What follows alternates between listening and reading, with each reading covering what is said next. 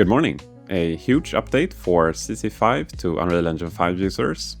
The new 2.0 Auto Setup plugin now handles the entire import process, as well as supports strand-based groom systems. So in this video we're going to take a CC5 character from export, import it into Unreal and have a look at the new import settings using the new combined plugin. Then we're also going to replace the hair cards with a new strand-based hair system.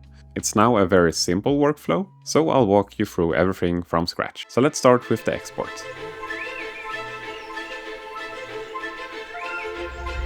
First step is getting our CC5 character out of Character Creator and into Unreal Engine. Let's go to File, Export, FBX and choose Clove Character. For the preset, let's select Unreal Engine 5. We only want the mesh. Make sure to delete hidden faces. Set the subdivision to 1.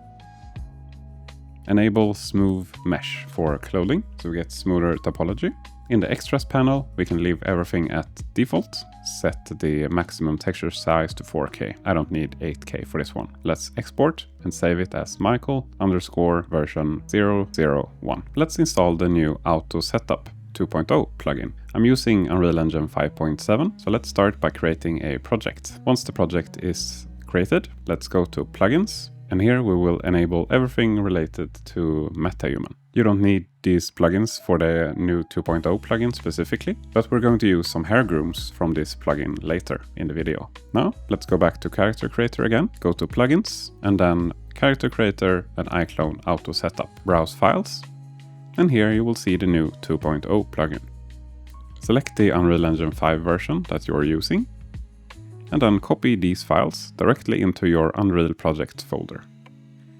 If it asks to replace any old Auto Setup files, select Replace. The new version merges Auto Shader, Live Link and Control Rig into one unified plugin. Alright, back in Unreal. I'm going to right-click and create a new folder. I'll call it Characters. Inside of that, I'll make a new folder for my Michael character. Now I just drag and drop the FBX into this folder. Unreal opens a new import window, asking if I want to create a control rig. If you leave this on, the import will take a bit longer, but it does set up a full control rig automatically. After that, the regular FBX import window appears. I usually keep everything at default, except that I make sure to check import morph targets. If Unreal throws an import warning here, you can just ignore it, and then when it's done, I hit Save All, Control S. So here's the new folder and file structure that Unreal has created. You'll also see some other folders, including a rigs folder that contains the separated meshes. Everything that you need is in the top folder: the blueprint, the skeletal mesh, the live link blueprint, and the skeleton. Now I can just drag this blueprint actor into the level. And that's it. All materials, shaders, rigs, and components are already set up from this one import, making it a lot easier to set up a CC character inside of Unreal. By default, Character Creator uses hair cards, but with this new 2.0 plugin, we can easily switch to strand-based grooms. Earlier, we enabled the MetaHuman Creator plugin, and that actually includes a whole collection of ready-to-use strand grooms. You can download grooms from the Fab Marketplace, of course, but I'm going to use these free default ones. So, in Unreal, let's go to Engine, Plugins, MetaHuman Creator Content, Optional, Grooms, Bindings, and then hair. Here I can browse through the available MetaHuman grooms. Let's open one that I like. Inside the asset you can see the source mesh, which it expects. Remember this mesh name, we'll need it later. Now let's find the groom in the content browser, right click it and choose Create CC Groom Binding.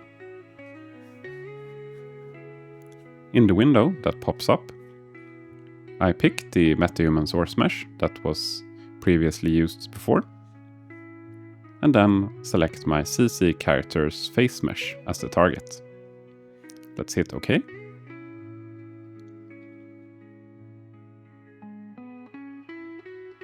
And now, in the Characters Rigs folder, the plugin creates a Groom subfolder with both the Groom asset and the Groom binding.